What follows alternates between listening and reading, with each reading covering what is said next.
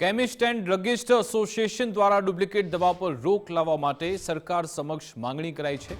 મહત્વનું છે કે ઓનલાઈન મળતી અને મોટા ડિસ્કાઉન્ટ સાથે મળતી દવામાં ડુપ્લિકેટ દવા વેચાતી હોવાનું પણ સામે આવ્યું। ગુજરાત સહિત દેશભરમાં અનેક કેસ પણ થયેલા છે, ત્યારે સરકારે દવાની સેફટી માટે તેની ઉપર QR લગાવવા કંપનીઓને સૂચના આપી છે, પરંતુ તેમાં પણ હજુ સુધી 262 જેટલી કંપનીઓએ જે QR કોડ લગાવ્યા છે, જે સ્કેન કર્યાથી દવા અને કંપની વિશેની તમામ માહિતી ઉપલબ્ધ થઈ જાય છે, જેથી સીધી રીતે દવા અસલી છે કે નકલી તે જાણી શકાય।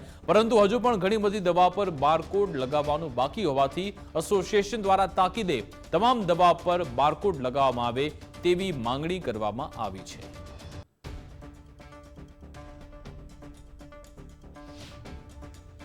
માત્ર ગુજરાત જ નહીં પરંતુ દેશભરમાં નકલી દવાનો વેપાર ખૂબ જ ફૂલો ફાલ્યો છે અને પરિણામે જ લોકોના આરોગ્ય સાથે સીધા ચેડા થઈ રહ્યા છે। અવારનવાર નકલી દવાઓ પકડાય છે, પરંતુ આ નકલી દવાને આપ કઈ રીતે ઓળખશો તે જાણવું ખૂબ જ જરૂરી છે। પરિણામે કેમિસ્ટ અને ડ્રગિસ્ટ એસોસિએશન ઓફ ગુજરાતના પ્રમુખ જસુભાઈ પટેલ છે આપણી સાથે, તેમની પાસેથી જાણીશું કે નકલી દવાને કઈ રીતે ઓળખી શકાય। જસુભાઈ, જાણવા માંગીશું લોકો કઈ રીતે સીધી રીતે આ દવાને ઓળખી શકે કે આ નકલી છે કે અસલી।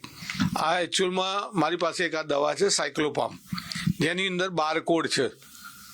બારકોડને તમે ખાલી સ્કેન કરશો એટલે તરત જ સ્ક્રીન ઉપર આવી રીતે ટોટલ લિસ્ટ આવી જશે, જેની અંદર કંપની કઈ છે, શું છે કે એની ઇફેક્ટ છે, આ બધી જ વસ્તુઓ આની અંદર આવી જાય છે।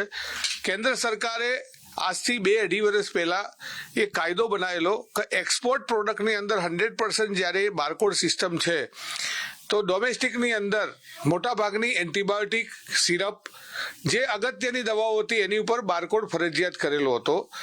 પરંતુ કેન્દ્ર સરકારે જ્યારે વર્ષો પહેલા ટેક્સ ફ્રી બેનિફિટો આપી અને બીજા રાજ્યોને બહુ મોટો ફેક્ટરીઓ માટેની છૂટ આપેલી હતી, તો બદી હોય, આજે બિહાર છે, જ્યાં ડ્રગ કંટ્રોલ બહુ કંટ્રોલમાં નથી એવા જગ્યાએ આ ડુપ્લિકેટ ફેક્ટરીઓ બને છે દવાઓ, અને એ દિલ્હી મારફતે જુદા જુદા રાજ્યોની અંદર આ માલ જતો હોય છે। અને એ માલ જ્યારે આજે ખરીદી કરતા હોય ત્યારે આ બારકોડ સિસ્ટમ બહુ ઇઝી છે, એ ચેક કરશો તો તરત જ આમાં ખ્યાલ આવી જશે કે આ કંપનીની ઓરિજિનલ દવા છે કે નહીં। તો આ ખૂબ જ મહત્વપૂર્ણ માહિતી છે। કોઈ પણ દવા હોય તેની ઉપર જે છે લગભગ 262 પ્લસ દવા ઉપર આ પ્રકારના QR કોડ મૂકવામાં આવ્યા છે, અને જ્યારે તેને સ્કેન કરવામાં આવે ત્યારે આ દવા વિશેની અને કંપની વિશેની સંપૂર્ણ માહિતી તમારી સ્ક્રીન ઉપર આવી જાય છે। ત્યારે મહત્વનું છે કે આ પ્રકારની દવાઓ લેતા પહેલા તેના QR કોડ સ્કેન કરવો અને તેની માહિતી મેળવવી। જો તમને માહિતી મળે છે તો દવા અસલી છે, અધરવાઇઝ તે નકલી હોઈ શકે છે। કેમેરા પર્સન ગજરાજ સાથે સંજય જોશી, ગુજરાત ફર્સ્ટ, અમદાવાદ।